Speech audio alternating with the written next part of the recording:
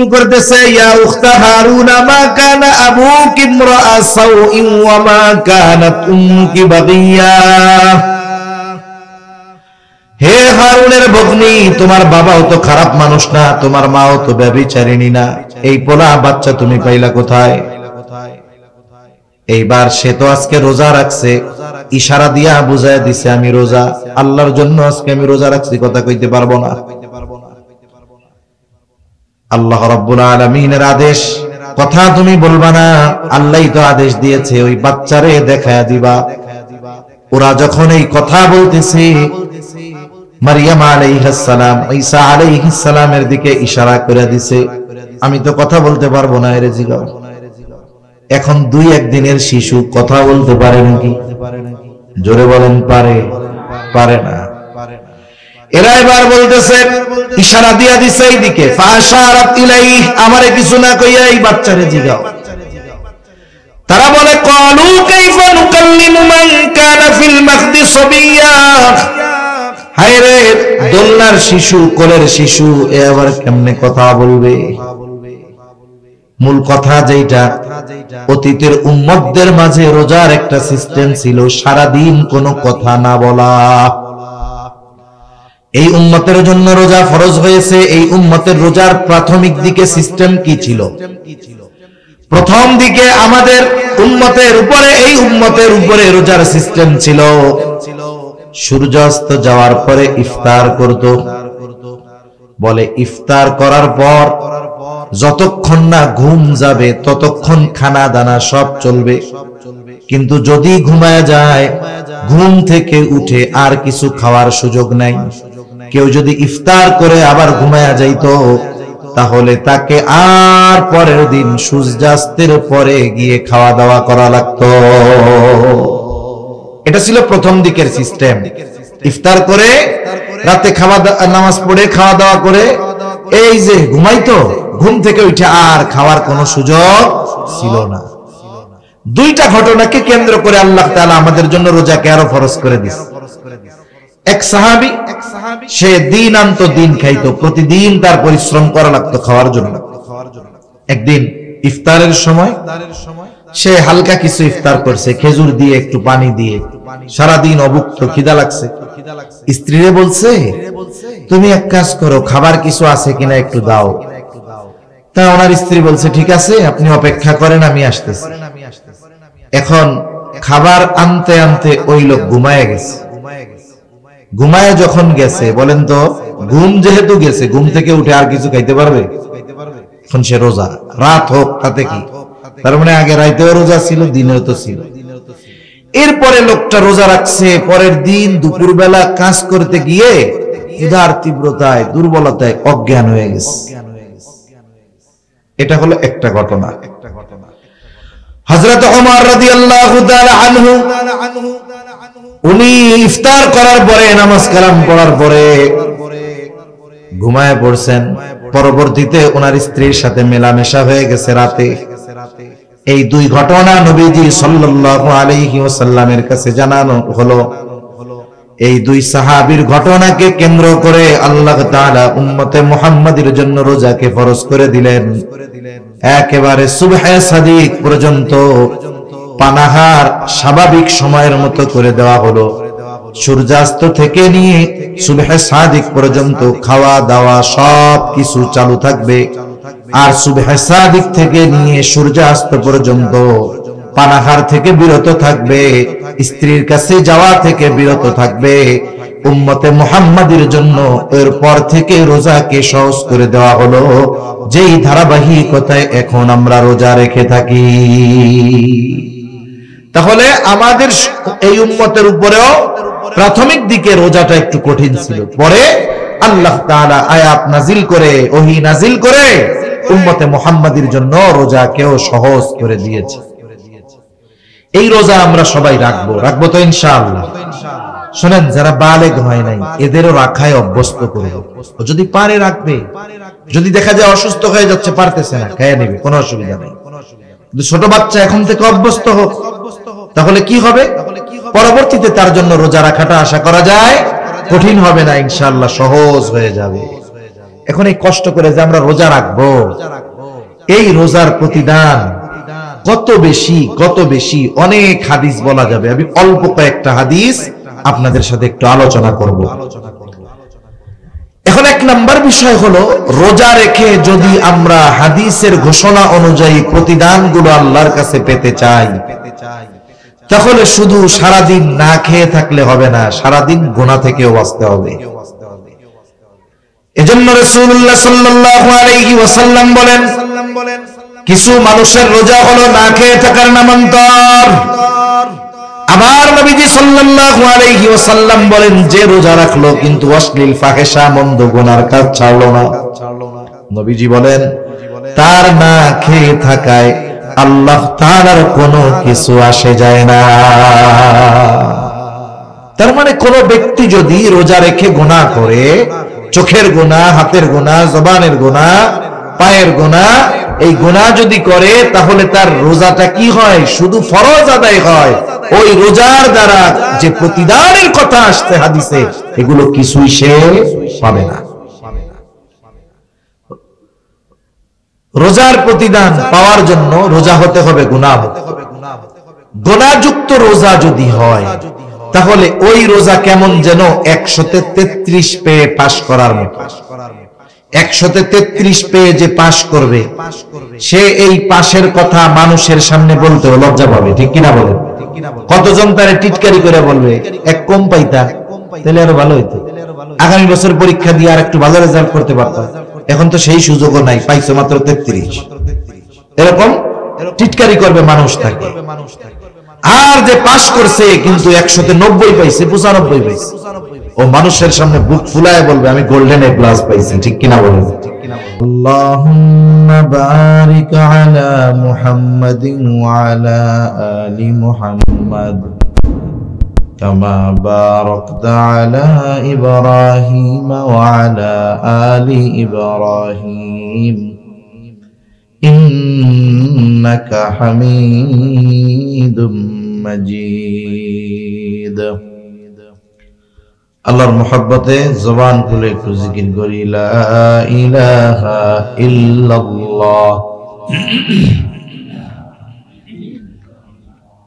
লা ইলাহা ইল্লাল্লাহ, লা ইলাহা ইল্লাল্লাহ।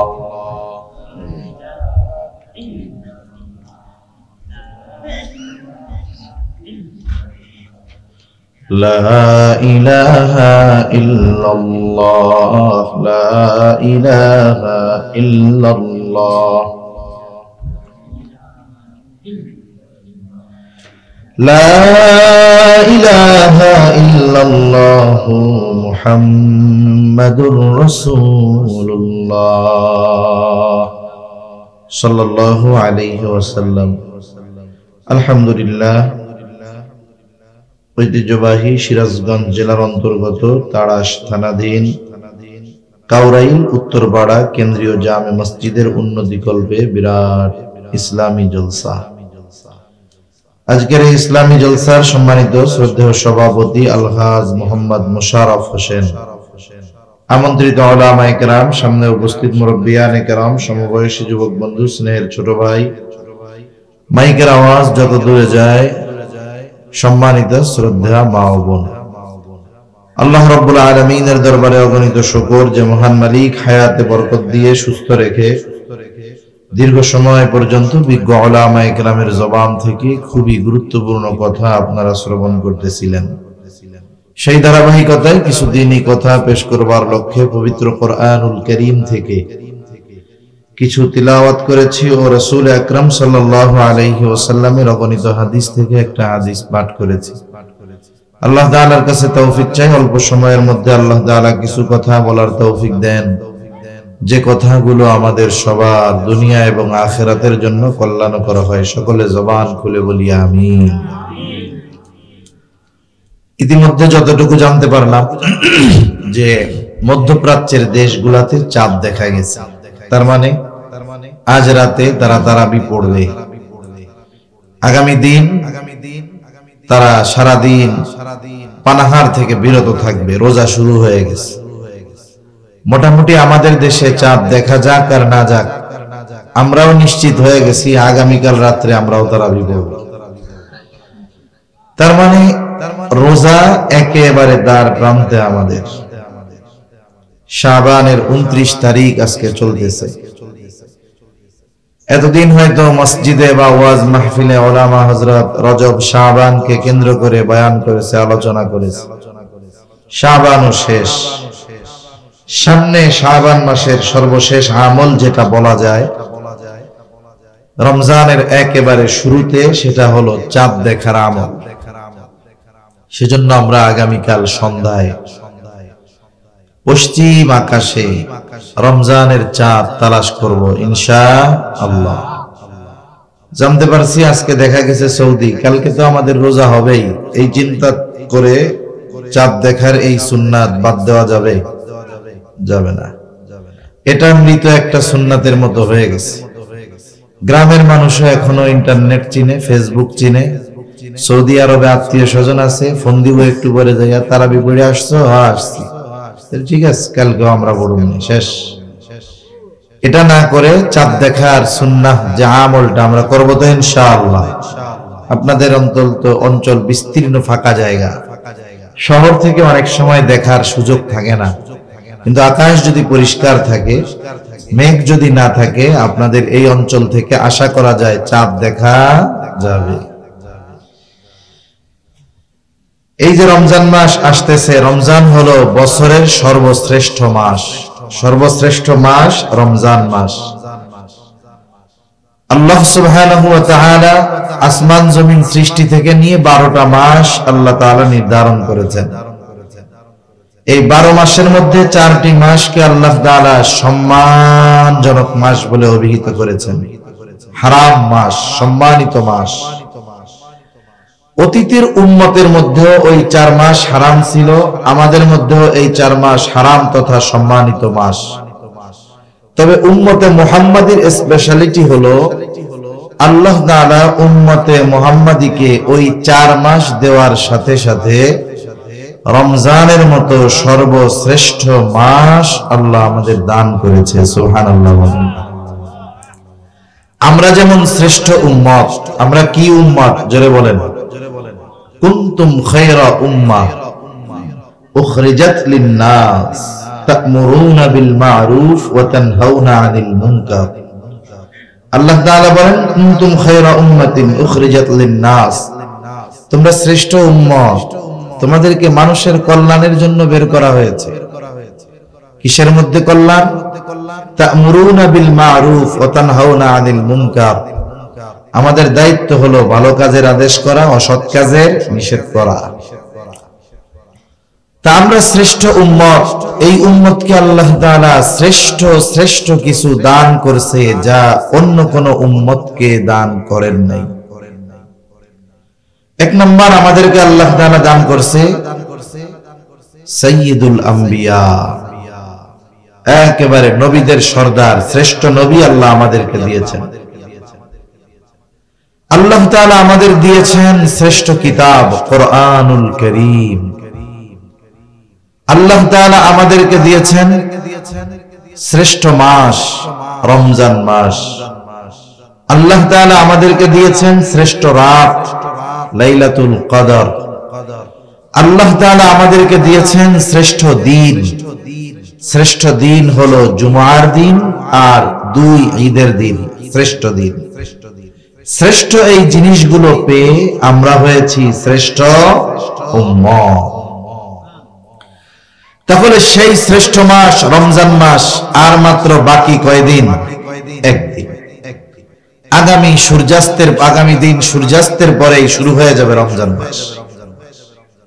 এই রমজান মাস কেন শ্রেষ্ঠ মাস? রমজান মাস শ্রেষ্ঠ কেন? এর কয়েকটা কারণ আছে, বলবো কারণগুলা। রমজান মাস কেন শ্রেষ্ঠ মাস? 1 নাম্বার কারণ,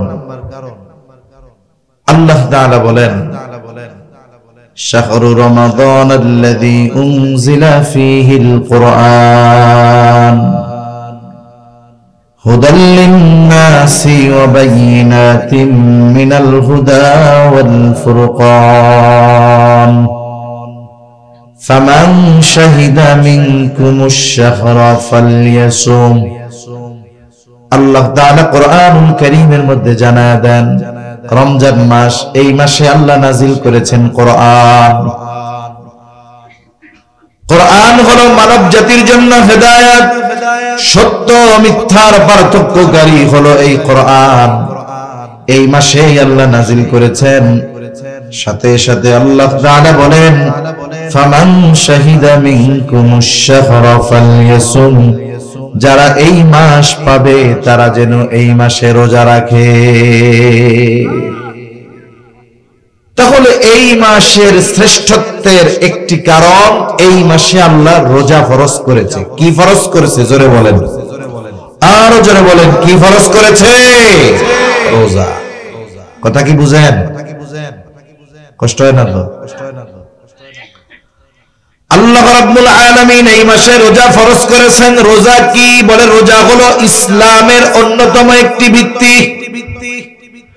রাসূলুল্লাহ সাল্লাল্লাহু আলাইহি ওয়াসাল্লাম বলেন বুনিয়াল ইসলামু আলা খামস, শাহাদাতি আল্লা ইলাহা ইল্লাল্লাহ ওয়া আন্না মুহাম্মাদার রাসূলুল্লাহ ওয়া ইকামিস সালাতি ওয়া ইতাইজ যাকাত ওয়াল হজ্জি ওয়া সাওমি রমাদান। রাসূলুল্লাহ সাল্লাল্লাহু আলাইহি ওয়াসাল্লাম বলেন ইসলামের ভিত্তি হলো পাঁচটি। এক নাম্বার এই কথার সাক্ষ্য দেওয়া আল্লাহ ইলাহা ইল্লাল্লাহ, আল্লাহ ছাড়া কোনো ইলাহা নাই। মুহাম্মাদুর রাসূলুল্লাহ সাল্লাল্লাহু আলাইহি ওয়াসাল্লামের রিসালাতের ব্যাপারে সাক্ষ্য দেওয়া আল্লাহ ছাড়া ইলাহা নাই। ওয়া আশহাদু আন্না মুহাম্মাদার রাসূলুল্লাহ, আমি আরো সাক্ষ্য দিচ্ছি যে মুহাম্মদ সাল্লাল্লাহু আলাইহি ওয়াসাল্লাম আল্লাহ তাআলার রাসূল। দুই নাম্বার ওয়া ইকামিস সালাহ, নামাজ কায়েম করা। তিন নাম্বার ওয়া ইতাইজ যাকাত, যার উপরে যাকাত ফরজ হয়েছে যাকাত প্রদান করা। ওয়াল হজ, যার উপরে হজ ফরজ হয়েছে হজ করা। ওয়া সাওমি রমাদান, রমজান মাসে রোজা রাখা। এখন এই রমজান মাসে রোজা রাখবে কে?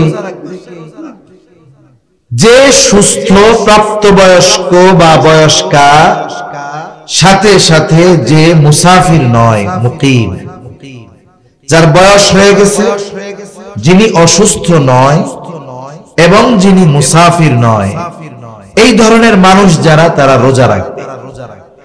এখন রোজা রাখার জন্য কয় বছর বয়স হওয়া লাগবে?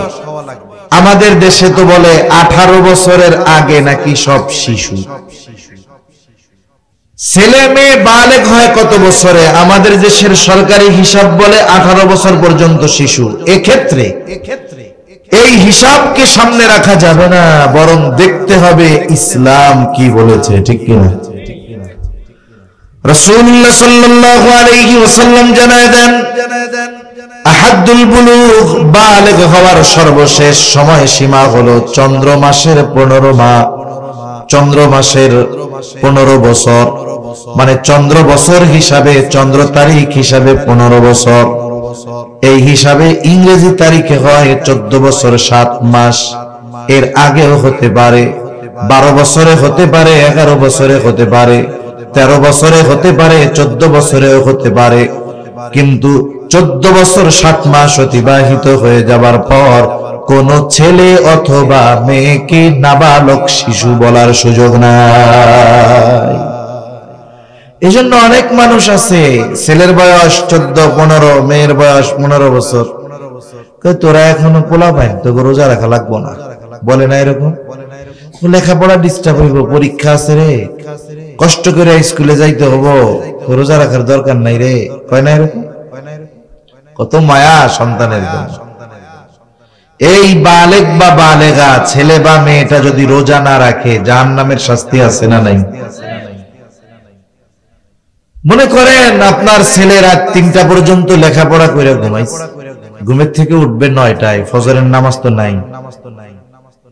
এখন যদি সকাল 6টার সময় বাড়িতে আগুন লাগে, কি করবেন? আপনি কি বলবেন নাকি যে ছেলে তো 9টার আগে ঘুম থেকে ওঠে না, আগুন লেগে পুইরা ঘর ছাই হয়ে যাক, কিন্তু পোলারে ডাক দেওয়া যাবে না, এমন করবেন? প্রয়োজনে নিজে পুড়ে হলেও আগুন থেকে আপনি বাচ্চাটারে বাঁচানোর চেষ্টা করবেন। আবার দেখেন আপনার সন্তান প্রাপ্তবয়স্ক হয়ে গেছে, নামাজ পড়ে না, রোজা রাখে না। নামাজ রোজা যদি না করে তার জাহান্নামের আগুনে পোড়া লাগবে। কিন্তু আপনি আপনার প্রাপ্তবয়স্ক সন্তানকে রোজা রাখান না, নামাজ পড়ান না, কেন? বলে কষ্ট হয়ে যাবে। ঘুম থেকে ডাক দেয় না কেন? বলে ফজরের নামাজের জন্য ডাক দেয় না কেন? 3টায় ঘুমাইছে, কষ্ট হয়ে যাবে আমার ছেলেটা। কেমন যেন এটা মোহাব্বত নয়, কেমন যেন নিজের হাতে নিজের সন্তানকে জাহান্নামের আগুনে দিয়ে দেওয়া। আপনি আজকে এটারে মোহাব্বত বলতেছেন। কিয়ামতের দিন ও যখন আল্লাহ না করুক যদি জাহান্নামী হয়, ও আপনার ব্যাপারে আল্লাহর কাছে অভিযোগ দায়ের করবে। ও বলবে রব্বানা ইন্না আতা'না সাদাতানা ওয়া কুবারানা ফাআদাল্লুনা আস-সাবিলা। বলবে ও রব ইন্না আতা'না সাদাতানা ওয়া কুবারানা, আমরা আমাদের বড়দের অনুসরণ করেছি, নেতাদের অনুসরণ করেছি, আমাদের অভিভাবকদের অনুসরণ করেছি।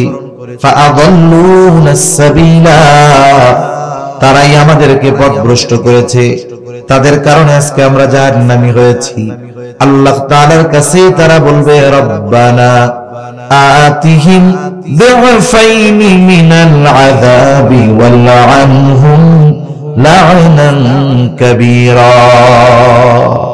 যেই সন্তানকে রোজা রাখতে দেন নাই স্বাস্থ্য নষ্ট হয়ে যাবে এটা চিন্তা করে, যেই মেয়েকে রোজা রাখতে দেন নাই স্বাস্থ্য নষ্ট হয়ে যাবে এই চিন্তা করে, যেই ছেলেকে নামাজের জন্য ডাকেন নাই তার কষ্ট হবে এই জন্য, ওই সন্তান আল্লাহ না করুক যদি জাহান্নামী হয়, কিয়ামতের দিন আল্লাহর কাছে ওই অভিভাবকের ব্যাপারে অভিযোগ দায়ের করবে। বলে ওনার কারণে জাহান্নামী। যখন গ্রামে মারামারি হয়, আপনাদের অঞ্চলে মারামারি টারামারি হয় নাকি?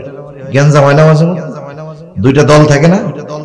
গ্রামের মধ্যেও আছে, 2 দল মারামারি লাগে, 2 দলের লিডার ঢাকা বসে আরাম করে, কিন্তু পাবলিকের দিক দিয়ে মাথা ফাটায় ফেলে, মানুষ মেরে ফেলে। এখন গ্রামের মারামারির মধ্যে যেই দলের লোক মরে এই দলের পাল্লা ভারী হয়ে যায়। কেন? বিপক্ষের 14 গোষ্ঠী ধরে মামলা দিয়ে দিল। এখন মারামারি যে লাগছে, এক পক্ষের লোক আর এক পক্ষের লোককে মেরে ফেলছে। যেই পক্ষ মারছে ওই পক্ষের লিডার মারামারি যে লাগছে সে জানেও না, কিন্তু বিপক্ষ দল যখন মামলা দিবে 1 নম্বর আসামি কে বলতো? কেডা কয় না? লিডার এত জানেও না, অথচ ঢাকা বৈশা রয়েছে, সে জানেই না গ্যাঞ্জাম লাগছে, কিন্তু মামলা 1 নম্বরে তার নাম। কেন? বলে উনি হলো এই দলের অভিভাবক, এজন্যই উনি 1 নম্বর আসামি। এজন্য উনি কয় নম্বর আসামি? 1 নম্বর আসামি। কিয়ামতের দিনও আমার আপনার অধীনস্থরা জাহান্নামী হওয়ার কারণে অভিযোগ দায়ের করবে আমাদের বিপক্ষে। আবার দেখেন 1 নম্বর আসামি উনি, শাস্তি যদি হয় 1 নম্বরে ওনার হবে। অনুরূপ ভাবে অভিভাবকের ব্যাপারে যদি অধীনস্থরা আল্লাহর কাছে অভিযোগ দায়ের করে যে আমি তো নামাজি না, ও তো সাক্ষী দিবে যে আমি তো মারছিলাম, আমার লিডার কইছিল লাগা, বলবে না এরকম? ও দোষ দিবে অভিভাবকের। অভিভাবক অপরাধ না করেও 1 নম্বর অপরাধী। এজন্য মনে রাখতে হবে অধীনস্থদের কারণে অভিভাবক কিয়ামতের দিন ধরা পড়ে যাবে। এই যে মোহাব্বত, নামাজ পড়লে রোজা রাখলে কষ্ট হবে, এই মোহাব্বত মোহাব্বত নয়, এই মোহাব্বত হলো নিজের পায়ে নিজে কুড়াল মারা। ঠিক কিনা বলেন? সন্তানটাও জাহান্নামে যাবে, এই মায়া যে দেখাবে তার জন্য জাহান্নামে যাওয়া লাগতে পারে। এজন্য প্রাপ্তবয়স্ক ছেলে হোক আর মেয়ে হোক আমরা তাদেরকে রোজা রাখাবো ইনশাআল্লাহ, নিজেরাও রাখবো। তাহলে রমজান মাস 1 নম্বরে শ্রেষ্ঠ মাস হওয়ার কারণ হলো এই মাসে আল্লাহ রোজা ফরজ করেছেন, যা ইসলামের অন্যতম একটি ভিত্তি। 2 নম্বর এই মাস শ্রেষ্ঠ হওয়ার কারণ বলে এই মাসে আল্লাহ তাআলা কোরআনুল কারীম নাযিল করেছে। আল্লাহ তাআলা বলেন শাহরু রমাদানাল্লাযী উনজিলা ফীহিল কুরআন হুদাল লিন-নাসি ওয়া বাইয়িনাতিন মিনাল হুদা ওয়াল ফুরকান। আল্লাহ তাআলা বলেন শাহরু রমাদান, রমজান মাস, আল্লাযী উনজিলা ফীহিল কুরআন, যেই মাসে আল্লাহ নাযিল করেছেন কোরআন। এই কোরআন হুদাল লিন-নাস, মানুষের জন্য হেদায়েত, ওয়া বাইয়িনাতিন মিনাল হুদা ওয়াল ফুরকান, এই কোরআন হলো সত্য মিথ্যার মধ্যে পার্থক্যকারী, এজন্য কোরআন হলো ফুরকান। আল্লাহ তাআলা আরেক জায়গায়, অনেক জায়গায় বলেছেন কোরআন হলো হুদাল লিল মুত্তাকিন, মুত্তাকিনদের জন্য হেদায়েত। আবার আল্লাহ এই জায়গায় বললেন হুদাল লিন-নাস, গোটা মানব জাতির জন্য হেদায়েত। বলে মানব জাতির মধ্যে মুসলিম আছে, অমুসলিম আছে, নাস্তিক আছে, আস্তিক আছে, আছে না নাই? বলে মানব জাতির জন্য হেদায়েত কেন? যদি কোন কাফের, যদি কোন নাস্তিক, ইসলাম বিদ্বেষী, সেও যদি কোরআনুল কারীম যথাযথভাবে অনুধাবন করে হৃদয় দিয়ে পড়ে বুঝে, আশা করা যায় এই কোরআন তাকে সত্য মিথ্যা পার্থক্য করণের জ্ঞান দান করবে। কোরআন যদি যথাযথভাবে সে অনুধাবন করে, তাহলে এই কোরআনের মাধ্যমে কোনটা হক, কোনটা বাতিল, কোনটা সত্য, কোনটা মিথ্যা, এই কোরআন তাকে সেই সত্য মিথ্যার পার্থক্য করার যোগ্যতা দিয়ে দিবে। এজন্য কোরআন হুদাল লিন-নাস। এজন্য এই পৃথিবীতে অনেক মানুষ যারা অমুসলিম, যারা নাস্তিক, কিন্তু এরা কোরআন তিলাওয়াত করে, কোরআন বুঝে পড়ে, এই মানুষগুলো কোরআনের ছোঁয়ায় ঈমানের মতো দৌলত অর্জন করতে পেরেছে। সুবহানাল্লাহ। তাহলে আল্লাহ তাআলা এই মাসে নাযিল করেছেন কোরআন। 3 নাম্বার কারণ, এই মাসেই আছে লাইলাতুল কদর, যেটা হাজার মাসের চাইতে উত্তম। আল্লাহ তাআলা বলেন ইন্না আনজালনাহু ফি লাইলাতিল কদর ওয়া মা আদরাকা মা লাইলাতুল কদর লাইলাতুল কদরি খায়রুম মিন আলফি শাহর। আল্লাহ তাআলা বলেন আমি ইন্না আনজালনাহু ফি লাইলাতিল কদর, আমি কদরের রজনীতে নাজিল করেছি এই কোরআন। ইন্না আনজালনাহু আই ইন্না আনজালনাল কুরআনা ফি লাইলাতিল কদর, আমি কদরের রজনীতে কোরআন নাজিল করেছি। ওয়া মা আদরাকা মা লাইলাতুল কদর, আপনি কি জানেন লাইলাতুল কদর কি? আল্লাহ তাআলা লাইলাতুল কদরের পরিচয় দিয়ে বলেন লাইলাতুল কদরি খায়রুম মিন আলফি শাহর, বলে ওই রজনীটা হলো এমন এক রাত, বলে ওই রাতের মর্যাদা 1000 মাসের চাইতেও বেশি, 1000 রাতের চাইতেও উত্তম এই একটা রজনী। এটা আছে কোন মাসে? জোরে কম।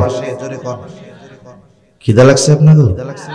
তাকবীর দেন, নারায়ে তাকবীর, আরো জোরে নারায়ে তাকবীর। তাহলে এই লাইলাতুল কদর কোন মাসে আছে? রমজান মাস। লাইলাতুল কদরে মানে এই রাতে আল্লাহ কি নাজিল করছে? কোরআন। তাহলে রমজান মাসের 1 নাম্বার শ্রেষ্ঠত্বের কারণ, 1 নাম্বার বলে এই মাসে রোজা ফরজ করেছে আল্লাহ। 2 নাম্বার এই মাসে নাজিল করেছেন কোরআন। 3 নাম্বার এই মাসেই আছে 1000 মাসের চাইতে উত্তম এমন এক রাত লাইলাতুল কদর। 4 নাম্বার নবীজি সাল্লাল্লাহু আলাইহি ওয়াসাল্লাম জানায় দেন অন্যান্য মাসের চাইতে রমজান শ্রেষ্ঠ কেন? নবীজি বলেন ইযা দাখালা রমাদান, যখন রমজান মাস চলে আসে, নবীজি বলেন ফুতিহাত আবওয়াবুল জান্নাহ, আল্লাহ তাআলা জান্নাতের দরজাগুলো খুলে দেয়। আর এক বর্ণনায় আসছে ফুতিহাত আবওয়াবুস সামা, আসমানের দরজাগুলো খুলে দেওয়া হয়। আর এক বর্ণনায় আসছে ফুতিহাত আবওয়াবুর রাহমাহ, আল্লাহ তাআলা রমজান মাসে রহমতের দরজাগুলো খুলে দেয়। এরপরে আসছে ফুতিহাত আবওয়াবুল জাহিম, আগুলিকাত আবওয়াবুল জাহিম, জাহান্নামের দরজাগুলোকে বন্ধ করে দেওয়া হয়। ওয়া সুলসিলাতিশ শায়াতিন, এবং শয়তানকে এই মাসে শিকলে আবদ্ধ করে ফেলা হয়। তাহলে রমজান মাস বছরের শ্রেষ্ঠ মাস, শ্রেষ্ঠত্বের কয়েকটা কারণ আমরা জানলাম। এখন এই মাসে আমাদের করণীয় কি আছে এটা নিয়ে অল্প কিছু কথা বলে আমি আমার আলোচনা শেষ করে দেব ইনশাআল্লাহ। বেশি লম্বা কথা বলবো না, কারণ আগামী দিন যেহেতু একেবারে 99% বলা যায় যে আমাদের রোজার প্রস্তুতি আছে, এজন্য গভীর রাত করা ঠিক হবে না। এখন এই মাসে আমাদের আমল কি, করণীয় কি জানার দরকার আছে না? না, আমরা জানি, তবে এগুলো ঠিকমতো মানি না। এক নাম্বার, এই মাসে যেই আমল সেটা হলো রোজা। এটা আমাদের জন্য ফরজ। আল্লাহ তাআলা কোরআনুল কারীমের মধ্যে বলেন, ইয়া আইয়ুহাল্লাযীনা আমানু কুতিবা আলাইকুমুস সিয়াম কামা কুতিবা আলাল্লাযীনা মিন ক্বাবলিকুম লাআল্লাকুম তাত্তাকুন। আল্লাহ তাআলা বলেন, হে ঈমানদারেরা, কুতিবা আলাইকুমুস সিয়াম, তোমাদের উপরে রোজা ফরজ করা হয়েছে যেমনি ভাবে তোমাদের পূর্ববর্তীদের উপরে ফরজ করা হয়েছিল। আল্লাহ তাআলা রোজা ফরজের ঘোষণা দিয়েছেন, সাথে সাথে বান্দা যেন চিন্তা না করে কেমন করে রোজা রাখবো।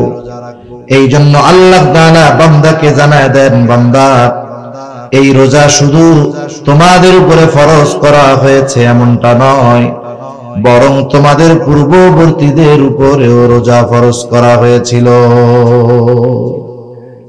তোমাদের পূর্ববর্তীদের উপরেও রোজা ফরজ করা হয়েছিল। যখন কোন বিষয়ের আদেশ নতুন করে কাউকে দেওয়া হয়, সে যদি মনে করে এই আদেশ মনে হয় আমার আগে এই পৃথিবীতে আর কাউরে দেওয়া হয়নি, তখন তার কাছে কঠিন লাগবে। হ্যাঁ, তুমি কি প্রথমে এই কাজ করবা নাকি? তোমার আগে কত মানুষে করছে। তখন তার মধ্যে একটা মানসিক চিন্তা আসবে, আমার আগে যদি মানুষেরা কইরা থাকে তাহলে আমি পারবো না কেন? ঠিক কিনা বলেন? এজন্য আল্লাহ তাআলা আদেশ করার পর জানায়া দিলেন, এই রোজা শুধু তোমাদের উপরে ফরজ করা হয়েছে এমনটা নয়, বরং তোমাদের পূর্ববর্তীদের উপরেও এই রোজা ফরজ করা হয়েছে। পূর্ববর্তীদের উপরে রোজা ফরজ ছিল, আদম আলাইহিস সালাম থেকে নিয়ে প্রত্যেকটা উম্মতের উপরে রোজা ফরজ ছিল, তবে রোজার সিস্টেম ছিল ভিন্ন ভিন্ন। সব উম্মতের উপরে এক ধরনের রোজা আল্লাহ ফরজ করেন নাই। যেমন অতীতের উম্মতদের থেকে জানা যায়, সারাদিন কথা না বলা এটাও ছিল এক ধরনের রোজা। যেমন হযরত মারিয়াম আলাইহিস সালাম যখন আল্লাহর কুদরত ঈসা আলাইহিস সালাতু ওয়াস সালামকে ভূমিষ্ঠ করলেন, দুনিয়ায় আসলো ঈসা আলাইহিস সালাম, বাবাবিহীন আল্লাহ তাআলা তাকে দুনিয়ায় পাঠিয়েছেন। এবার দুগ্ধপোষ্য ওই শিশু সন্তানকে নিয়ে আল্লাহ তাআলা আদেশ দিলেন, যাও তুমি তোমার কওমের কাছে চলে যাও। সাথে সাথে আল্লাহ রাব্বুল আলামিন তাকে জানায় দিলেন যে তোমারে তো তোমার কওম সম্প্রদায় অনেক কথা জিজ্ঞাসা করতে পারে, তুমি তখন কি করবা? আল্লাহ তাআলা শিখিয়ে দিলেন, তুমি বলবা, ফাকুলি ইন্নী নাযারতু লির-রাহমানি সাওমান ফালান উকাল্লিমাল ইয়াওমা ইনসিয়া। যখন আসছে নিয়া, বিবাহ শাদী হয় নাই, কোলে বাচ্চা, স্বাভাবিক মানুষেরা তো খারাপ বলতেছে, জিজ্ঞাসা করতেছে পোলা কার, এই কার। সে এখন বলে, আমি আজকে দয়াময়ের প্রতি সাথে ব্যাপারে এই মানত করছি যে আজকে আমি রোজা, আজকে আমি আর কোনো কথা বলতে পারবো না। তার মানে দেখুন, সারাদিন কথা না বলা এটাও রোজার একটা সিস্টেম ছিল, যে আমি আজকে মানত করেছি এটা যে আমি আজকে রোজা, যার কারণে ফালান উকাল্লিমাল ইয়াওমা ইনসিয়া, আমি তোমাদের সাথে কোনো কথা বলতে পারবো না আজকের এই দিন। এখন কথা না বললে বাস্তব অবস্থা কি জানা যাবে? ঘটনা কি তো কিছু জানা যাবে। এবার তারা বলা বলি শুরু করতেছে, ইয়া উখতা হারুনা মা কানা আবুকি ইমরাআ সাউইন ওয়া মা কানাত উম্মুকি বাগিয়া। হে হারুনের ভগ্নী, তোমার বাবাও তো খারাপ মানুষ না, তোমার মাও তো ব্যভিচারিণী না, এই পোলা বাচ্চা তুমি পাইলা কোথায়? এইবার সে তো আজকে রোজা রাখছে, ইশারা দিয়া বুঝায় দিছে আমি রোজা, আল্লাহর জন্য আজকে আমি রোজা রাখছি, কথা কইতে পারবো না। আল্লাহ রাব্বুল আলামিনের আদেশ, কথা তুমি বলবা না, আল্লাহই তো আদেশ দিয়েছে ওই বাচ্চারে দেখায়া দিবা। ওরা যখন এই কথা বলতেছে, মারিয়াম আলাইহিস সালাম ঈসা আলাইহিস সালামের দিকে ইশারা করে দিছে, আমি তো কথা বলতে পারবো না, এর জিগাও। এখন 2-1 দিনের শিশু কথা বলতে পারে নাকি? জোরে বলেন, পারে? পারে না। এরা এবার বলতেছে, ইশারা দিয়া দিছে এইদিকে, ফাশারাত ইলাইহি, আমারে কিছু না কইয়া এই বাচ্চারে জিগাও। তারা বলে, ক্বালু কাইফা নুকাল্লিমু মান কানা ফিল মাহদি সাবিয়্যা, হায় রে দোলনার শিশু, কোলের শিশু, এ আবার কেমনে কথা বলবে? মূল কথা যেটা, অতীতের উম্মতদের মাঝে রোজার একটা সিস্টেম ছিল, সারা দিন কোনো কথা না বলা। এই উম্মতের জন্য রোজা ফরজ হয়েছে। এই উম্মতের রোজার প্রাথমিক দিকে সিস্টেম কি ছিল? প্রথম দিকে আমাদের উম্মতের উপরে, এই উম্মতের উপরে রোজার সিস্টেম ছিল, সূর্যাস্ত যাওয়ার পরে ইফতার করত। বলে ইফতার করার পর যতক্ষণ না ঘুম যাবে ততক্ষণ খানা দানা সব চলবে, কিন্তু যদি ঘুমায় যায়, ঘুম থেকে উঠে আর কিছু খাওয়ার সুযোগ নাই। কেউ যদি ইফতার করে আবার ঘুমায়া যাইতো, তাহলে তাকে আর পরের দিন সূর্যাস্তের পরে গিয়ে খাওয়া দাওয়া করা লাগতো। এটা ছিল প্রথম দিকের সিস্টেম। ইফতার করে রাতে নামাজ পড়ে খাওয়া দাওয়া করে এই যে ঘুমাইতো, ঘুম থেকে উঠে আর খাওয়ার কোনো সুযোগ ছিল না। 2টা ঘটনাকে কেন্দ্র করে আল্লাহ তাআলা আমাদের জন্য রোজাকে আরো ফরজ করে দিয়েছে। এক সাহাবী, সে দিন আনতো দিন খাইতো, প্রতিদিন তার পরিশ্রম করা লাগতো খাওয়ার জন্য। একদিন ইফতারের সময় সে হালকা কিছু ইফতার করছে, খেজুর দিয়ে একটু পানি দিয়ে, সারাদিন অভুক্ত, খিদা লাগছে। স্ত্রীরে বলছে, তুমি এক কাজ করো, খাবার কিছু আছে কিনা একটু দাও। তা ওনার স্ত্রী বলছে, ঠিক আছে, আপনি অপেক্ষা করেন, আমি আসতেছি। এখন খাবার আনতে আনতে ওই লোক ঘুমায় গেছে। ঘুমায় যখন গেছে, বলেন তো, ঘুম যেহেতু গেছে, ঘুম থেকে উঠে আর কিছু খাইতে পারবে? এখন সে রোজা, রাত হোক তাতে কি, তার মানে আগে রাতেও রোজা ছিল, দিনেও তো ছিল। এরপরে লোকটা রোজা রাখছে, পরের দিন দুপুরবেলা কাজ করতে গিয়ে ক্ষুধার তীব্রতায়, দুর্বলতায় অজ্ঞান হয়ে গেছে। এটা হলো একটা ঘটনা। হযরত ওমর রাদিয়াল্লাহু তাআলা আনহু, উনি ইফতার করার পরে, নামাজ কালাম পড়ার পরে ঘুমায় পড়ছেন। পরবর্তীতে ওনার স্ত্রীর সাথে মেলামেশা হয়ে গেছে রাতে। এই 2 ঘটনা নবীজি সাল্লাল্লাহু আলাইহি ওয়াসাল্লামের কাছে জানানো হলো। এই 2 সাহাবীর ঘটনাকে কেন্দ্র করে আল্লাহ তাআলা উম্মতে মুহাম্মাদের জন্য রোজাকে ফরজ করে দিলেন। একেবারে সুবহে সাদিক পর্যন্ত পানাহার স্বাভাবিক সময়ের মতো করে দেওয়া হলো। সূর্যাস্ত থেকে নিয়ে সুবহে সাদিক পর্যন্ত খাওয়া দাওয়া সব কিছু চালু থাকবে। আর সুবহে সাদিক থেকে নিয়ে সূর্যাস্ত পর্যন্ত পানাহার থেকে বিরত থাকবে, স্ত্রীর কাছে যাওয়া থেকে বিরত থাকবে। উম্মতে মুহাম্মাদের জন্য এরপর থেকে রোজাকে সহজ করে দেওয়া হলো, যেই ধারাবাহিকতায় এখন আমরা রোজা রেখে থাকি।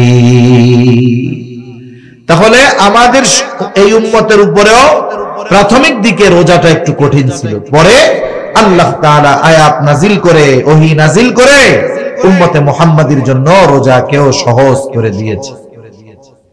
এই রোজা আমরা সবাই রাখবো তো ইনশাআল্লাহ। শুনেন, যারা বালেগ হয় নাই এদেরও রাখায় অভ্যস্ত করবে। যদি পারে রাখবে, যদি দেখা যায় অসুস্থ হয়ে যাচ্ছে, পারতেছে না, খেয়ে নেবে, কোনো অসুবিধা নেই। ছোট বাচ্চা এখন থেকে অভ্যস্ত হোক, তাহলে কি হবে? পরবর্তীতে তার জন্য রোজা রাখাটা আশা করা যায় কঠিন হবে না, ইনশাআল্লাহ সহজ হয়ে যাবে। এখন এই কষ্ট করে যে আমরা রোজা রাখবো, এই রোজার প্রতিদান কত বেশি, কত বেশি, অনেক হাদিস বলা যাবে। আমি অল্প কয়েকটা হাদিস আপনাদের সাথে একটু আলোচনা করব।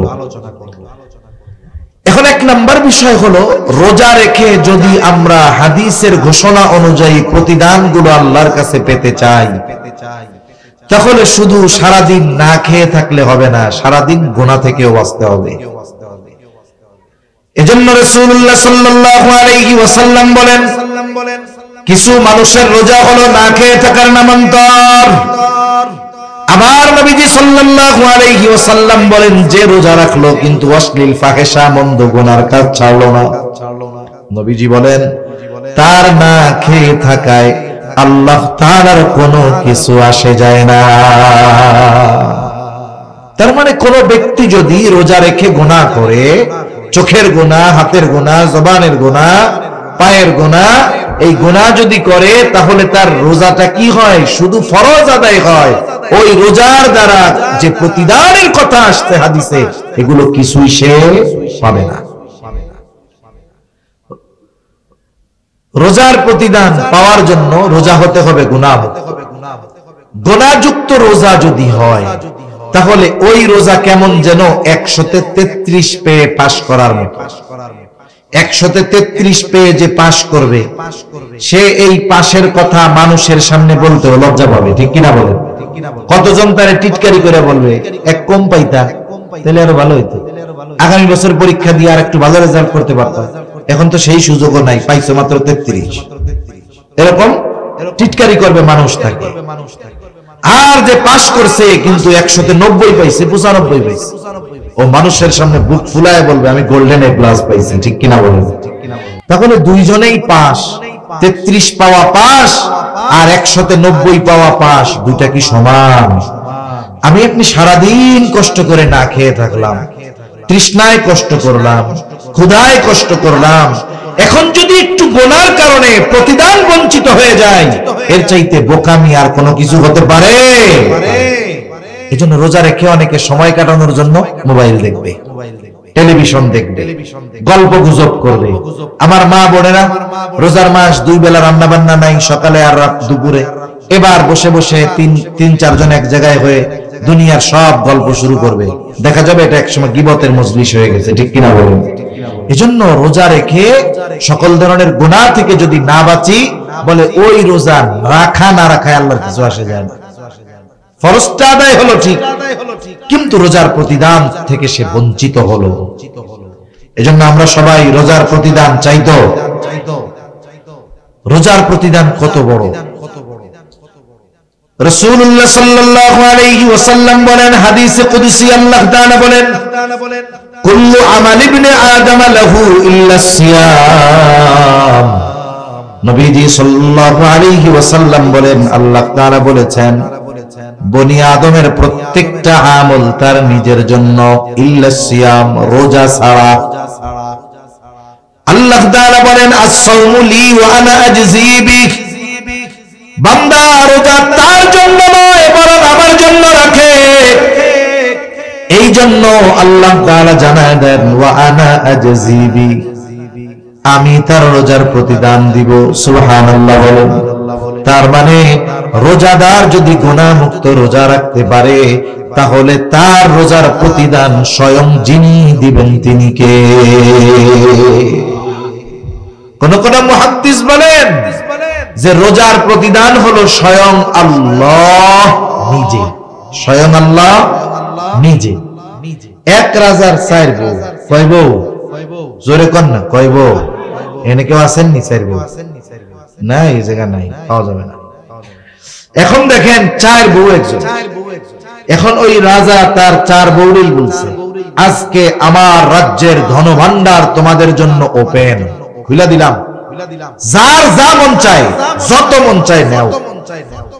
এইবার একজন যাইয়া স্বর্ণের গোডাউন ধরছে, আর একজন যাইয়া হীরার গোডাউন ধরছে, আর একজন গিয়ে মণিমুক্তার গোডাউন ধরছে, আর একজন রাজার পাশে দাঁড়ায় রয়েছে, এরকম, এটা নড়েও না চড়েও না। কিরে, ওরা সবাই তো সব লয়ে গেল, তুমি যাও না কেন? বলে আমার কিছু লাগবে না, আমার আপনারে লাগবে। কারে লাগবে? জোরে কর। আমার কিছু লাগবে না, আমার আপনারে লাগবে। কেন? ইমাম গাজ্জালী রাহমাতুল্লাহি আলাইহি কিমিয়ায়ে সাআদাত কিতাবের মধ্যে বলেন, মান লাহুল মাওলা ফালাহুল কুল। হায়রে বলে, যার মাওলা যার, বলে সব কিছুই তো তার। বলে রাজা আমার কিছু লাগবে না, আমার আপনাকে লাগবে। আপনাকে যদি আমি পেয়ে যাই সবকিছুই আমার হয়ে যাবে। কেমন যেন রোজাদার, প্রকৃত রোজাদার আল্লাহকে পেয়ে যাবে, যে তার রোজার বিনিময় হবে রব। সে আল্লাহর কাছে যা মন চায় তা চাইতে পারবে, আল্লাহ তাআলা তাকে তাই দিবে। সুবহানাল্লাহ। এজন্য বলেন রোজার প্রতিদান স্বয়ং আল্লাহ নিজে। সুবহান। আবার আল্লাহ রাব্বুল আলামিনের নবী জানায় দেন, যারা দুনিয়ায় আল্লাহর জন্য পিপাসিত থাকবে, তৃষ্ণায় বুকের ছাতি ফেটে যায়, তাও পানি আছে ঘরে, ফ্রিজে, জগে, কলে, সব জায়গায় পানি আছে, কেউ দেখে না। শুধুমাত্র চিন্তা করে পানি পান করলে কেউ না দেখলেও কে দেখবে? জোরে বলেন। এই চিন্তায় আল্লাহর জন্য যারা পিপাসায় কষ্ট করে তৃষ্ণার্ত থাকে, নবীজি জানায় দেন আল্লাহ তাআলা ওই মানুষগুলাকে কিয়ামতের দিন নিজে পানি পান করাবে। দুনিয়ার গরমের তৃষ্ণায় কষ্ট বেশি না আখিরাতে কষ্ট বেশি হবে? ওই দিন আল্লাহ তাআলা যারা দুনিয়ায় আল্লাহর জন্য তৃষ্ণায় কষ্ট করেছে, আল্লাহ তাআলা ওই দিন তাদেরকে স্বয়ং নিজে পানি পান করাবে। আবার রোজাদার আল্লাহ তাআলার কাছে কত প্রিয়। রাসূল আকরাম সাল্লাল্লাহু আলাইহি ওয়াসাল্লাম বলেন, লা খুলুফু ফামিস সাইমি আতয়াবু ইনদাল্লাহি তাআলা মির রিহিল মিস্ক। রোজাদার রোজা রাখার কারণে পাকস্থলীতে দীর্ঘ সময় পানি যায় না, খাবার যায় না, যার কারণে পাকস্থলী শুকনা হয়ে যায়। এই কারণে একটা গন্ধ আসে মুখ দিয়া। নবীজি সাল্লাল্লাহু আলাইহি ওয়াসাল্লাম বলেন, রোজাদারের রোজা রাখার কারণে তার মুখে যেই গন্ধ হয়, আল্লাহ তাআলার কাছে রোজাদারের এই মুখের গন্ধটা মেশক আম্বরের চাইতে বেশি প্রিয়। রোজাদারের প্রতি আল্লাহর ভালোবাসা এটার দ্বারা বোঝা যায় যে তার পাকস্থলী খালি, গন্ধ হয় মুখ দিয়ে। মানুষ যদি মানুষের সাথে কথা বলে, যদি গন্ধ আসে দূরে সরে যায়। কিন্তু রোজাদার রোজা রাখার কারণে যেই গন্ধ হয়, এটা আল্লাহর কাছে অপ্রিয় নয়। এর দ্বারা রোজাদার আল্লাহর কাছে কত প্রিয় এটা মোটামুটি অনুধাবন করা যায়। এখন যদি ওই মুখ দিয়ে আমি আপনি গীবত করি, গীবত বুঝেন? একজনের অনুপস্থিতিতে তার দোষ ত্রুটি চর্চা করা, আলোচনা করা, মজা নেওয়ার জন্য, তার সংশোধনের জন্য নয়, শুধুমাত্র মজা নেওয়ার জন্য, তাকে হেয় করার জন্য। যেই দোষটা তার মধ্যে আছে তার অনুপস্থিতিতে যদি আলোচনা করা হয় মজা নেওয়ার জন্য, তাহলে এটা হলো গীবত। গীবত এটা মৃত ভাইয়ের গোশত খাওয়ার চাইতেও জঘন্য। নাউজুবিল্লাহ বলে। এজন্য আমাদের সমাজে গীবত এটা হয়ে গেছে গীবাতের মতো। গীবাতের মতো, গীবাতের মতো। মসজিদের মধ্যেও গীবত আছে না নাই? মসজিদের মধ্যে আল্লাহর ঘরে যাইও গীবত করে। যে কোনো মজলিসে দুই চারজন এক জায়গায় বসলে আর একজনের নামে গীবত শুরু হয়ে যায়। অথচ আল্লাহ রাব্বুল আলামিন বলেন, ওয়ালা ইয়াগতাব বা'দুকুম বা'দা আইয়ুহিব্বু আহাদুকুম আন ইয়াকুলা লাহমা আখিহি মাইতান ফাকারিহতুমুহ। আল্লাহ তাআলা বলেন, তোমরা পরস্পরের গীবত করো না।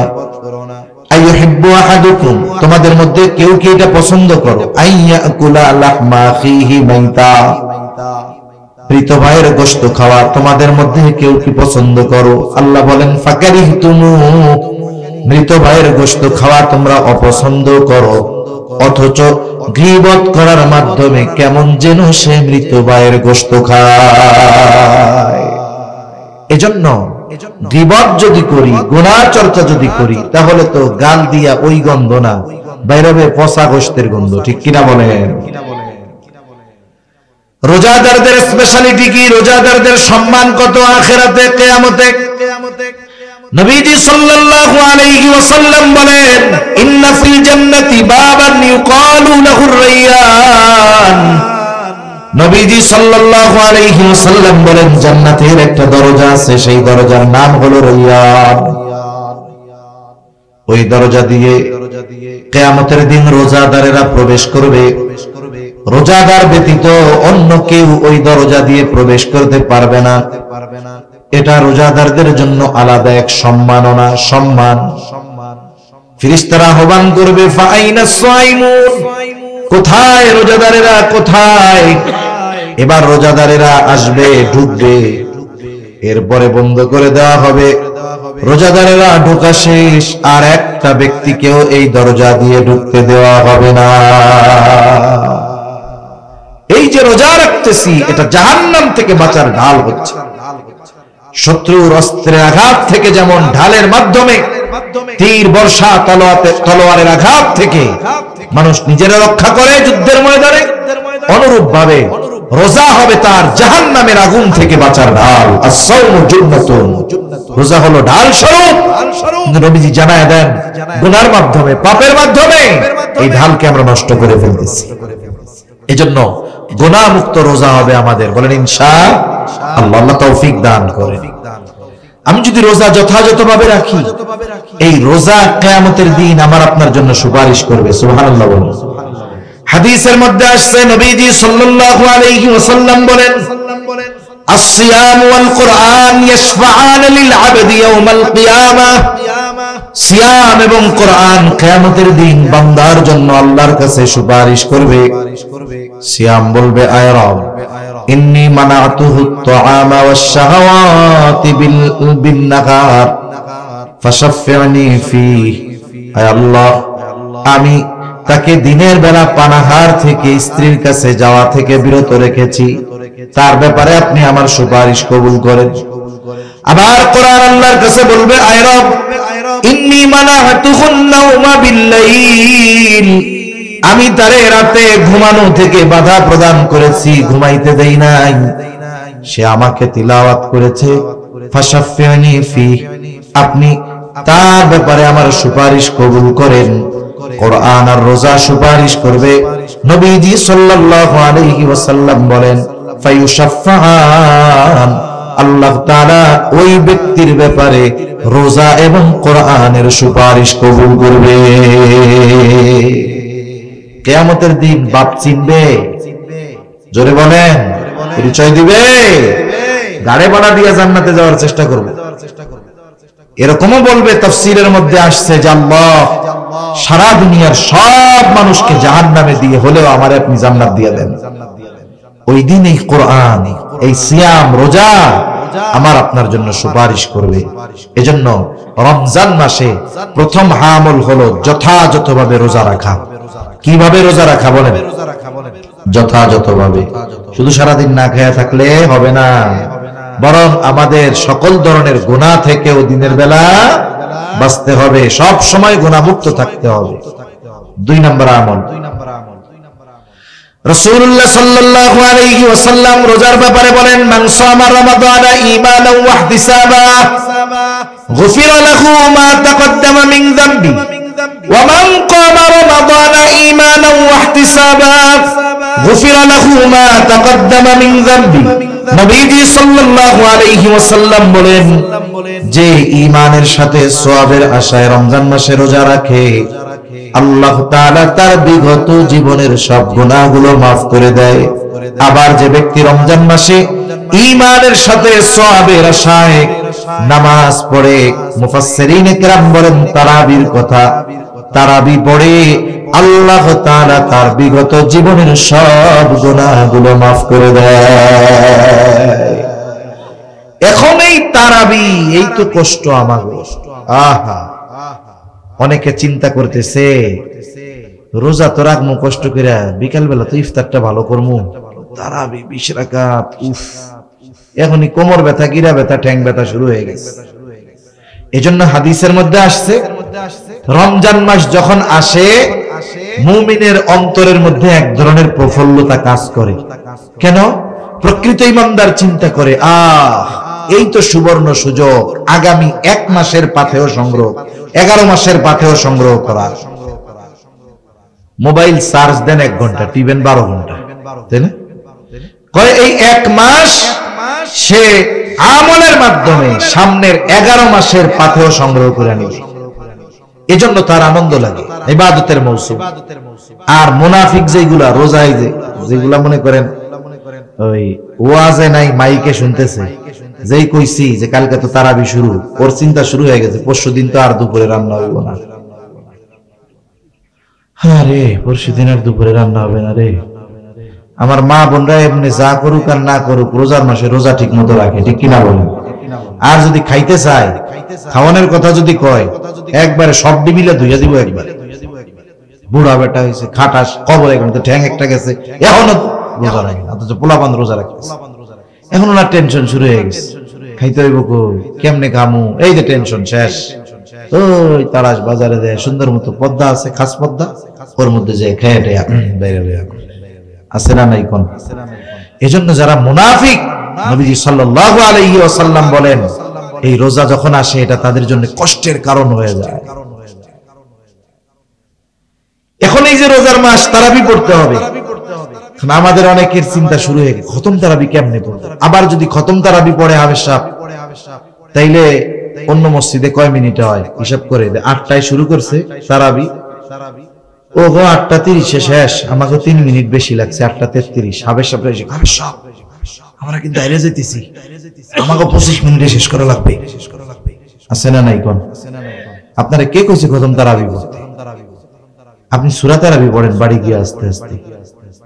হাফেজ সাহেব কোরআন তিলাওয়াত করবে, কয় মিনিট বেশি লাগে শুদ্ধভাবে পড়লে? হাফেজ সাহেব সুন্দর মতো 1.5 পারা যখন প্রথম 6 দিন পড়বে, প্রতি পারায় সে যদি 30 মিনিট সময় নেয় তিলাওয়াতের জন্য, রুকু সেজদা এগুলা তো আর কমানোর সুযোগ নাই, নাকি সেজদা দুইটার জায়গায় একটা দিলে হয়ে যাবে? মাশাআল্লাহ হবে, দুইটাই তো দিবে। কমপক্ষে রুকুর মধ্যে সুবহান রাব্বিয়াল আযীম 3 বার তো বলবে নাকি? সুবহান রাব্বিয়াল আলা কমপক্ষে তো 3 বার বলবে নাকি? এইগুলা তো আর কমানোর সুযোগ নাই। তিলাওয়াত কতটুকু দ্রুত পড়া লাগে? এক পারা হাফেজ সাহেবের যদি 1.5 মিনিট করে প্রতি পৃষ্ঠায় সময় দেওয়া হয়, তাহলে সে মোটামুটি দ্রুততার সাথে শুদ্ধভাবে পড়তে পারবে। আর যদি সে প্রতি মিনিটে এক পৃষ্ঠা পড়তে চায়, পড়তে পারবে, কিন্তু পরিপূর্ণ শুদ্ধ আর স্পষ্ট ভাবে হবে। এখন দেখুন, সে যদি 20 মিনিটে পড়ে আর যদি 10টা মিনিট সময় আমরা বেশি দেই, তাহলে তিলাওয়াত সুন্দর হবে। কোরআন তিলাওয়াত করলে শুধু সওয়াব হয় তা না, কিছু তিলাওয়াতকারী তিলাওয়াত যখন করে কোরআন তারে লানত দেয়। বলে আল্লাহ কারে পড়াইছেন আমারে পড়ার লেগে? রেইলি হাফেজ আছে, শুরু করে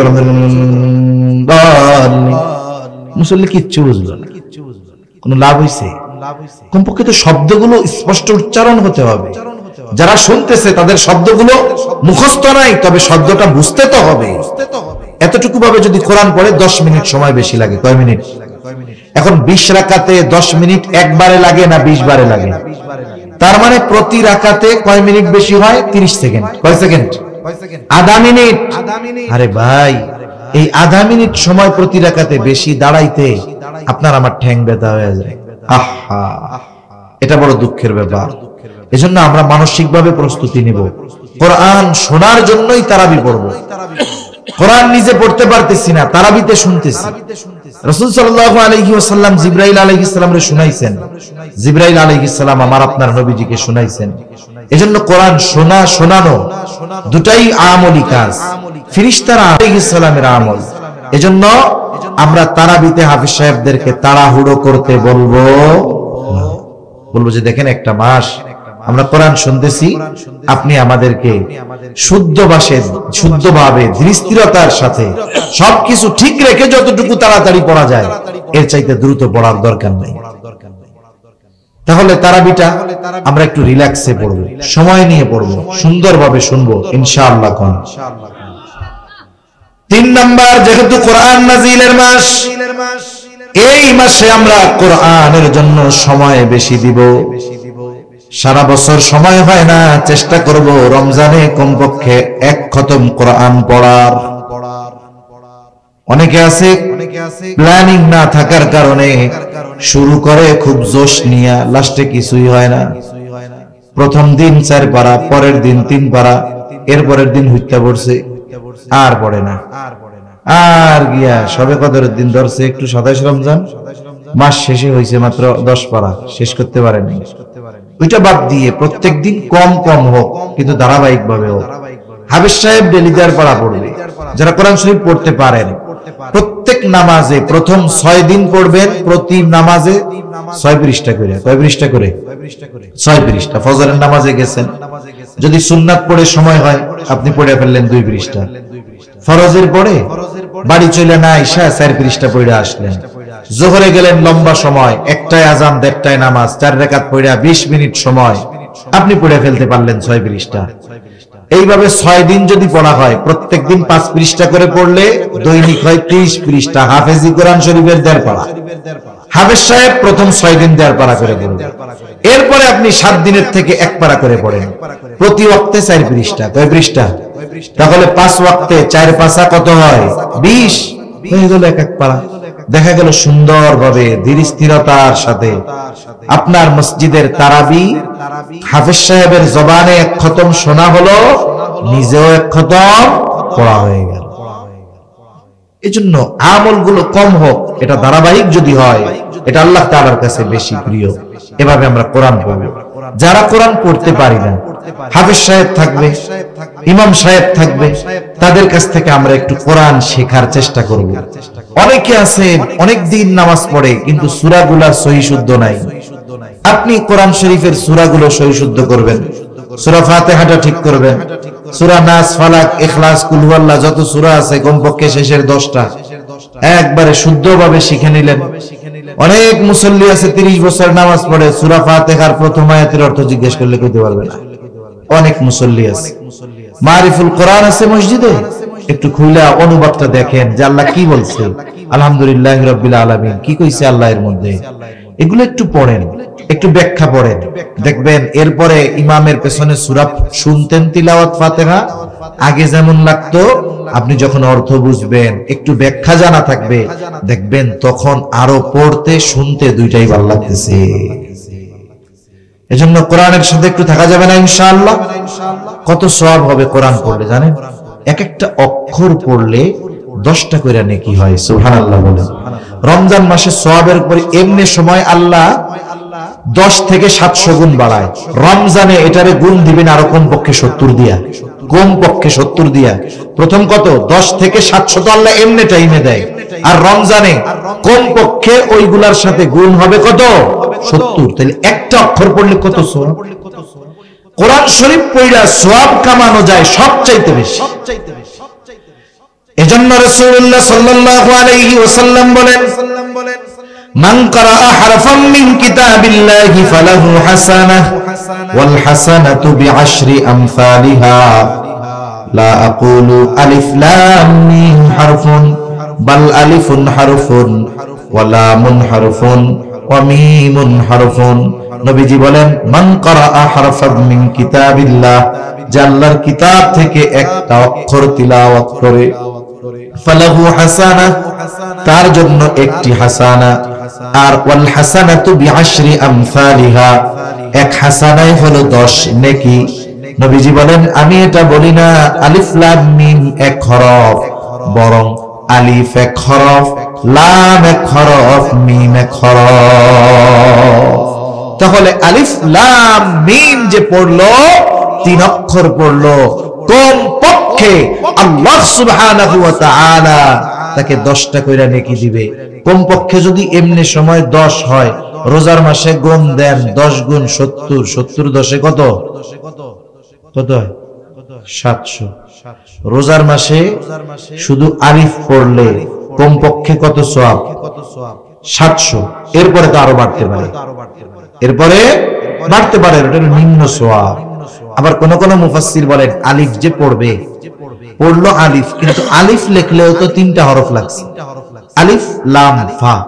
আপনারা আমি যদি বলি আলিফ লেখেন বানান কইরা, তাহলে আপনি এরকম লিখবেন না, তো আলিফ লাম ফা লিখবেন, তাই না? আলিফ এর মধ্যে তো 3টা হরফ আছে। এখন এইভাবে যদি ভাঙানো হয়, দেখা যায় একটা অক্ষর পড়লে হাজার হাজার নেকি হয়ে যায়। সুবহানাল্লাহ। এখন কইতে পারেন, হুজুর আমি তো পড়তে পারি না, জিহ্বায় বাদে, কষ্ট হয়, তোতলাই আসলে এরকম কষ্ট হয়। আয়েশা সিদ্দিকা রাদিয়াল্লাহু তাআলা আনহা বলেন, আল মাহিরু বিল কুরআন মাআল কিরামিল বারারাতিস সাফারা। আয়েশা সিদ্দিকা রাদিয়াল্লাহু তাআলা আনহা বলেন, সম্মানিত ফেরেশতাদের সাথে থাকবে যারা কোরআন তিলাওয়াতে মাহের, আর যারা মাহের না, দক্ষ না, তিলাওয়াত করতে গেলে জবানে বাঁধে, জবানের মধ্যে বাঁধে, কষ্ট হয়। নবীজি জানায়া দেন তার জন্য হলো দুইটা পুরস্কার। বলে একটা হলো ওই যে পড়তেছে সম্মানের পুরস্কার, আর একটা হলো তার পড়তে গিয়ে কষ্ট হচ্ছে, এই কষ্টের পুরস্কার। তাহলে হিসাবে যে দক্ষ তার চাইতে যার পড়তে কষ্ট হয় এর প্রতিদান আরো বেশি। এজন্য রোজার মাস আমরা কোরআনের সাথে কাটানোর চেষ্টা করবো তো ইনশাআল্লাহ।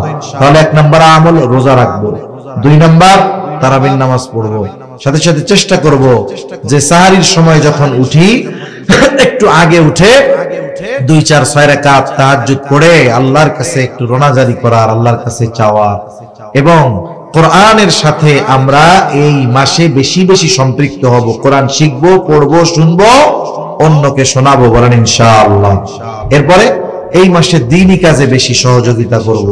রাসূল সাল্লাল্লাহু আলাইহি ওয়াসাল্লাম ছিলেন আজওয়াদান নাস, সবচাইতে বড় দানশীল। রোজার মাস আসলে ওনার দানশীলতার পরিমাণ আরো বেড়ে যায়। একেবারে বাতাসের ন্যায় তিনি দুহাত প্রসার করে দান করতেন, মানুষদেরকে দিতেন। নবীকে আমরা গরিব বলি, অনেকে বলে গরিব নবী, না, নবীজি গরিব ছিলেন না, গরিবী হালাতকে নবীজি গ্রহণ করেছে। নবীজির কাছে অনেক সম্পদ আসতো নবীজির জন্য, নবীজি এগুলো মানুষকে দিয়ে দিতেন। একবার বাহরাইন থেকে নবীজি নামাজ পড়তেছেন মসজিদে, একেবারে বোঝাই বোঝাই নবীজির জন্য হাদিয়া আসছে, চাউল, আটা, গম, এইগুলা না, যা আসছে স্বর্ণ, স্তূপ হয়ে গেছে স্বর্ণ অলংকারের। নবীজি সাল্লাল্লাহু আলাইহি ওয়াসাল্লাম দুহাত ভরে ভরে এক একজনকে দিয়ে দিয়েছেন যে নাও, এটা তোমার বাড়ি অলিরে পড়াইও, এটা নাও, তুমি নিয়ে যাও, তোমার খরচ চালাইও। নবীজি গরিব ছিলেন না, নবীজির কাছে আসতো, নবীজি ধনী ছিলেন কিন্তু তিনি দরিদ্রকে গ্রহণ করে নিয়েছেন। এজন্য নবীর কাছে যখনই আসতো নবীজি মানুষকে দিয়ে দিতেন। এরপরে আমরা মানুষকে ইফতার করাবো। ইফতার করানোর মধ্যে অনেক ফায়দা। 1 গ্লাস পানি দিয়ে হোক, একটা খেজুর দিয়ে হোক, এতে লাভ কি? আপনি কাউরে ইফতার করাইলেন, সে রোজাদার, তার রোজার সমপরিমাণ সওয়াব ইফতার করানোওয়ালা পেয়ে যাবে। এতে আবার যিনি রোজা রাখছেন তার কোনো সওয়াব কমে যাবে না। চিন্তা করে ওর বাড়ি ইফতার করে আমার সওয়াব যদি ব্যক্তি নিয়ে যায়, খাওয়ানোর দরকার নেই, অসুবিধা নেই। যে রোজা রাখবে তারটাও কমবে না, বরং ইফতার যিনি করাবেন তিনি ওই পরিমাণ সওয়াব পেয়ে যাবেন।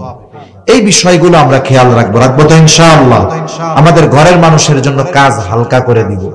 যদি কারো বাড়িতে কাজের লোক থাকে, আমরা তার কাজটাকে হালকা করে দেব রোজাকে কেন্দ্র করে। এইভাবে আমরা চেষ্টা করব আমাদের রমজান মাস অতিবাহিত করার। হতে পারে এই রমজান আমার আপনার জীবনের শেষ রোজা, ঠিক কিনা? হতে পারে কি পারে না? পারে।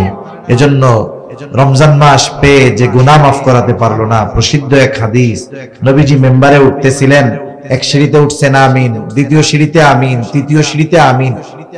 সাহাবায়ে কেরাম জিজ্ঞাসা করে, ইয়া রাসূলুল্লাহ সাল্লাল্লাহু আলাইহি ওয়াসাল্লাম, আপনি আমিন বললেন 3 বার, কিন্তু কি জন্য বললেন বুঝলাম না। নবীজি তখন 3টা কারণ বলছে। এর মধ্যে একটি কারণ হলো, যেই ব্যক্তি রমজান মাস পেল কিন্তু তার গুনাহ মাফ করাতে পারলো না, সে ধ্বংস হয়ে যাক। দোয়া করছে রুহুল আমিন, আর আমিন বলছে রহমাতুল লিল আলামিন। এই দোয়া কবুল হইছে, কোনো সন্দেহ আছে? কোনো সন্দেহ নাই। সেই রমজান আমাদের একেবারে নিকটবর্তী। এজন্য মা বোনদেরকেও বলবো, যারা আছেন শুনতেছেন, সবাইকে অনুরোধ করব, আর গাফলতির কোনো সুযোগ নাই। সর্বোচ্চ প্রস্তুতি নিয়ে আমরা আগামী রজনী হতে পারে রমজান মাস শুরু হয়ে যাবে। এই মাসটা যেন হেলায় খেলায় গুনায় আমাদের কেটে না যায়। এই মাসটা যেন ইবাদতময় হয়, এই মাসটা যেন কোরআনময় হয়, এই মাসে যেন মসজিদের সাথে আমার আপনার সম্পৃক্ততা বেশি থাকে। এই চেষ্টা আমরা করব তো ইনশাআল্লাহ। আল্লাহ তাআলা তৌফিক দান করেন। জবান খুলে বলি আমিন, আরো জোরে বলি আমিন। এখনই দোয়া করে দিব। দোয়ার আগে সর্বশেষ আল্লাহর ঘরের জন্য, আমার জন্য তো না, আল্লাহর ঘরের জন্য কেউ যদি আর কোনো কিছু দিতে চান একটু মেহেরবানি করে বলেন। আল্লাহর ঘরের জন্য কেউ যদি কিছু আর দিতে চান একটু মেহেরবানি করে বলেন, কেউ কিছু কি আর দিবেন কিনা। আমরা প্রচেষ্টা করতেছি আল্লাহর ঘরের জন্য। রমজান মাস আসলে নবীজি দান করতেন। এখন আপনাদের কাছে অনুরোধ, অনেকে আছে আপনারা দিতে চান শেষে, যে বাহিরের মেহমান আমরা ওনার হাতে দেই, এরকম অনেকে থাকে। এজন্য যদি কেউ চান আমার কাছে আমার হাতে দিতে পারেন, কোনো অসুবিধা নেই, আল্লাহর ঘরের জন্য মেহরবানি করে দেন। বলেন নাম কি বাবা? আচ্ছা, নাম প্রকাশে অনিচ্ছুক। এই 2000 টাকা। আর এক মুরব্বী এই যে 500 টাকা, আল্লাহ কবুল করুক, সকলে বলি আমিন। হ্যাঁ দেন। আর যদি কেউ কিছু দিতে চান, এখন নাই, আপনি যদি পরে দিতে চান। হ্যাঁ, দুই ভাই 1000 টাকা, 500 আল্লাহ কবুল করুক, বলি আমিন। তো মেহরবানি করে বলেন, দিয়ে যান, আমার হাতে দিয়ে যান। আর যদি এখন না দেন, মেহরবানি করে লিখিয়ে রাখেন, লিখে রাখতে পারেন। এই যে আরেক মুরব্বী, নাম কি মুরব্বী? মানিক। এক মুরব্বী মানিক সাহেব 1000 টাকা, আল্লাহ কবুল করুক, জবান খুলে বলি আমিন। হ্যাঁ, মসজিদের মুয়াজ্জিন সাহেব, মাশাআল্লাহ, আল্লাহ কবুল করুক।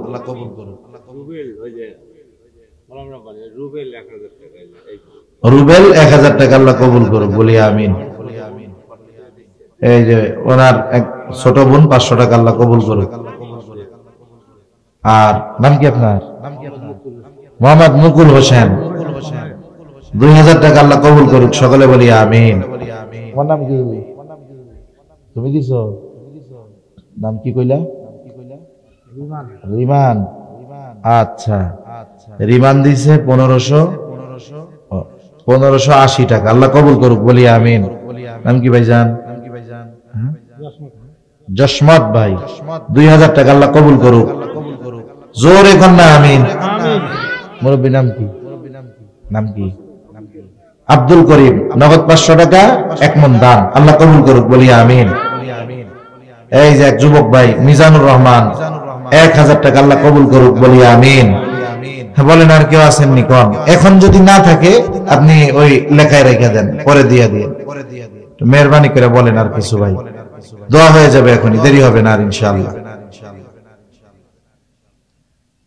নাম কি মুরব্বী? আব্দুর রহিম সাহেব। আচ্ছা, মোট 1500 টাকা দিবে, 500 টাকা নগদ আর 1000 টাকা বাকি, আল্লাহ কবুল করুক, বলি আমিন। আচ্ছা, এক বোন তার স্বামী ইন্তেকাল করেছে, তার জন্য 500 টাকা, আল্লাহ কবুল করুক। আপনি নাম কি? আব্দুল মানিক। আব্দুল বারিক, 500 টাকা, আল্লাহ কবুল করুক। নাম কি?